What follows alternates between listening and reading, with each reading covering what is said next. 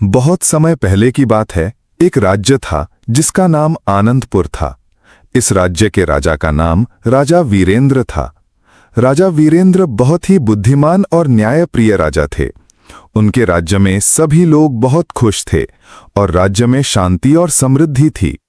राजा वीरेंद्र के पास एक चतुर मंत्री था जिसका नाम था राजकुमार। राजकुमार बहुत ही समझदार और ईमानदार व्यक्ति था और राजा का सबसे भरोसेमंद सलाहकार था। राजा वीरेंद्र और राजकुमार की जोड़ी ने राज्य को बहुत ही सफलतापूर्वक चलाया। एक दिन राजा वीरेंद्र ने राजकुमार से कहा, हमारे राज्य में सब कुछ बहुत अच्छा चल रहा है, लेकिन मुझे हमेशा ये चिंता रहती है कि कहीं कोई हमारे राज्य को नुकसान न पहुंचाए। हमें हमेशा सतर्क रहना चाहिए और राज्य की सुरक्षा के लिए नई योजनाएं बनानी चाहिए। ये एक के रूप में बहुत ही महत्वपूर्ण संदेश था। राजकुमार ने राजा की बात मानी और राज्य की सुरक्षा को और भी मजबूत करने के लिए नई योजनाएं बनाने लगा। उसने राज्य की सीमाओं पर सुरक्षा बलों को बढ़ा दिया और राज्य के अंदरूनी हिस्सों में भी सुरक्षा की व्यवस्था की। राजकुमार ने राज्य के लोगों को भी सुरक्षा के उपायों के बारे में जागरूक किया और उन्हें सिखाया कि कैसे वे खुद को सुरक्षित रख सकते हैं। ये सब के आदर्शों को दर्शाता है। एक दिन राज्य में एक अजीब घटना घटी। राज्य के मुख्य बाजार में एक व्यापारी ने शिकायत की कि उसके सारे सोने के सिक्के चोरी हो गए हैं। ये सुनकर राजा वीरेंद्र और राजकुमार बहुत चिंतित हुए। राजा ने तुरंत राजकुमार को इस मामले की जांच करने का आदेश दिया। राजकुमार ने मामले की गहराई से जांच शुरू की। उसने बाजार के सभी दुकानदारों और ग्राहकों से पूछताछ की, लेकिन उसे कोई सुराग नहीं मिला। तब राजकुमार ने एक चतुर योजना बनाई। उसने घोषणा की कि अगले दिन सभी राज्य के लोगों को राजा के दरबार में आना होगा और एक विशेष जांच की जाएगी। ये घोषणा सुनकर सभी लोग दरबार में एकत्रित हो गए। राजकुमार ने सभी लोगों को एक एक करके दरबार में बुलाया और उनसे कुछ सवाल पूछे। जब एक व्यक्ति की बारी आई तो राजकुमार ने उससे कहा, तुम्हें सच बताना होगा, क्योंकि जो भी झूठ बोलेगा उसकी पहचान हो जाएगी।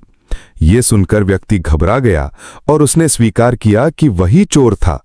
राजकुमार की चतुर योजना ने चोर को पकड़ने में मदद की और राज्य के लोगों ने उसकी बुद्धिमानी की तारीफ की। ये एक के आदर्शों को दर्शाता है। राजा वीरेंद्र ने राजकुमार की तारीफ की और उसे राज्य का मुख्य सुरक्षा अधिकारी नियुक्त किया। राजकुमार ने अपनी जिम्मेदारी को बखूबी निभाया और राज्य की सुरक्षा को और भी मजबूत किया।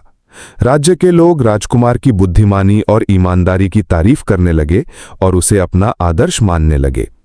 कुछ महीनों बाद राज्य में एक और चुनौती आई।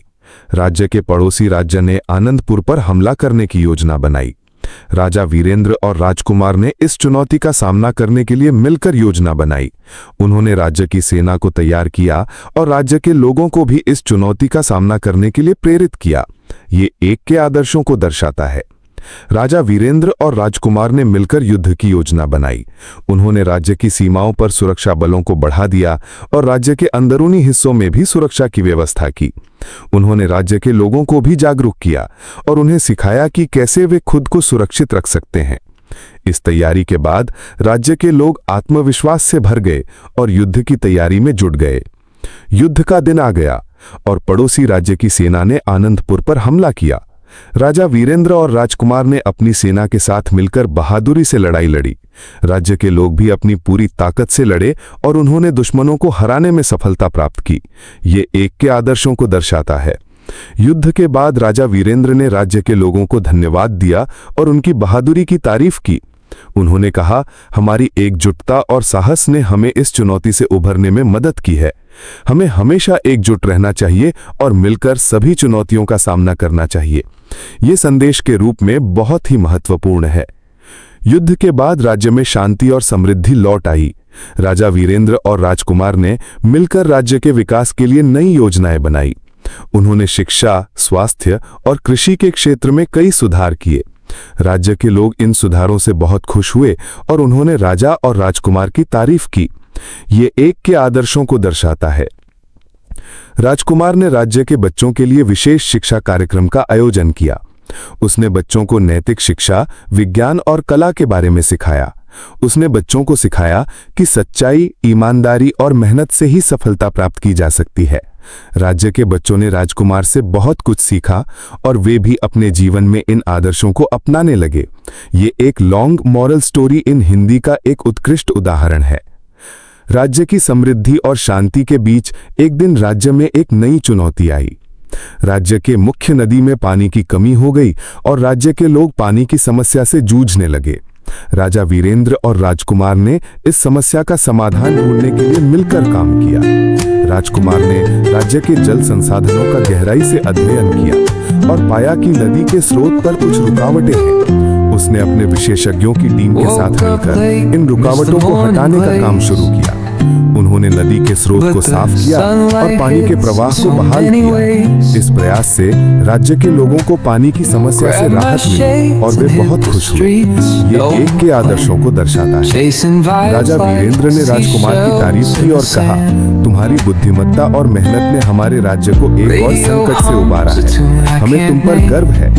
राज्य के लोग भी राजकुमार की तारीफ करने लगे और उसकी बुद्धिमत्ता और मेहनत की प्रशंसा करने लगे। ये एक का एक और महत्वपूर्ण हिस्सा है। राजा वीरेंद्र और राजकुमार की जोड़ी ने राज्य को समृद्धि और शांति की ओर ले गया। उनकी सच्चाई, ईमानदारी और बुद्धिमत्ता ने राज्य के लोगों को प्रेरित किया और उन्हें एकजुट किया। राज्य के लोग अपने राजा और मंत्री की तारीफ करते नहीं थकते और उनकी कहानी को हमेशा याद रखते हैं। ये एक के रूप में एक प्रेरणादायक कहानी बन गई। राजा वीरेंद्र और राजकुमार की ये कहानी सिखाती है कि सच्चाई, ईमानदारी और बुद्धिमत्ता हमेशा फल देती है और हमें हमेशा इनके मार्ग पर चलना चाहिए। ये एक शिक्षाप्रद और प्रेरणादायक एक्ट है जिसमें बच्चों को सच्चाई, ईमानदारी और मेहनत का महत्व समझाया गया है। हमें हमेशा सच्चाई के मार्ग पर चलना चाहिए और दूसरों को भी प्रेरित करना चाहिए। FIR चैनल को सब्सक्राइब करें।